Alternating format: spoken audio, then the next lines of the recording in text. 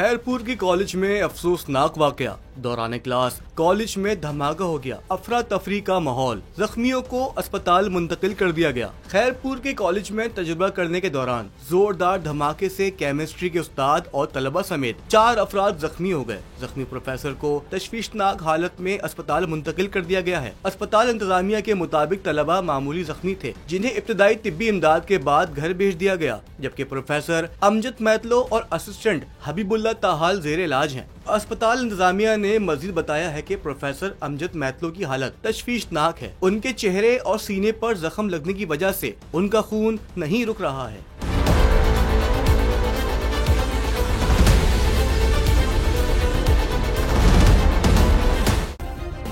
Subscribe करें और bell दबाएं ताकि कोई खबर रह न जाए।